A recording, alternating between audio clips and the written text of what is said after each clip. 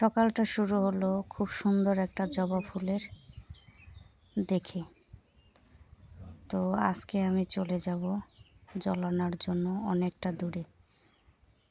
জল আনার জন্য কলস নিয়ে আমি রেডি, চলে যাব জল আনার জন্য।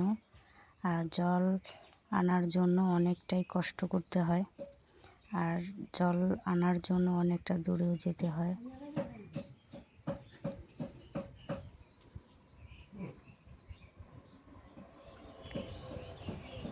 দেখুন বন্ধুরা, কত সুন্দর একটা রসুন ক্ষেত, আর এখানে অনেক রসুন, অনেক বড় বড় রসুন।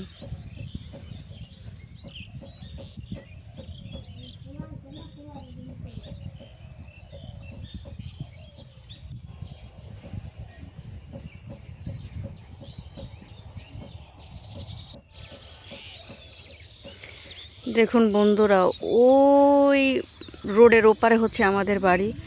এখন হচ্ছে 2025 সাল, এখনও আমাদের রান্না করার জল, বিশেষ করে ভাত রান্নার জল পুষ্করণী থেকে নিতে হয়। না হয় কি আর বলবো, দুঃখের কথা।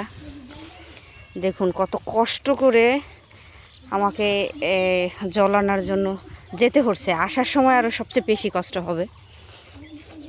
তো এটাই হচ্ছে আমাদের গ্রামের দৈনন্দিন জীবনের ছোটোখাটো ঘটনা।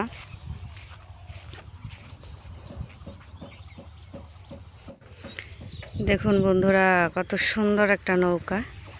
আর এই সেই পুষ্করণী যেখান থেকে আমাদের অত্র এলাকার অনেক লোকেই রান্না করার জন্য জল নেয়। আর আমাদের এদিকে কলের জলটা দিয়ে রান্না করলে ভাতটা অনেকটা লাল হয়ে যায়, যার কারণে সবাই পুষ্করণীর জল দিয়ে বিশেষ করে ভাতটা রান্না করে।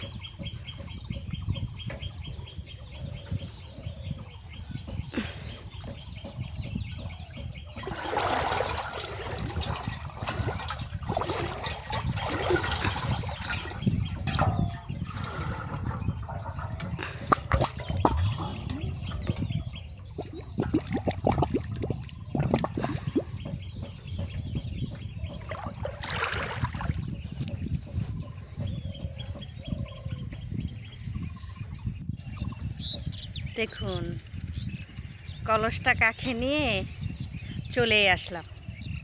তো এইভাবেই কিছুদিন পর পর আমাদের জল নিতে হয় রান্না করার জন্য।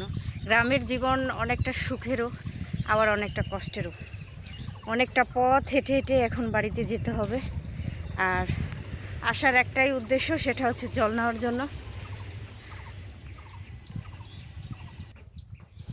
অবশেষে জল নিয়ে আমি বাড়িতে চলে আসলাম।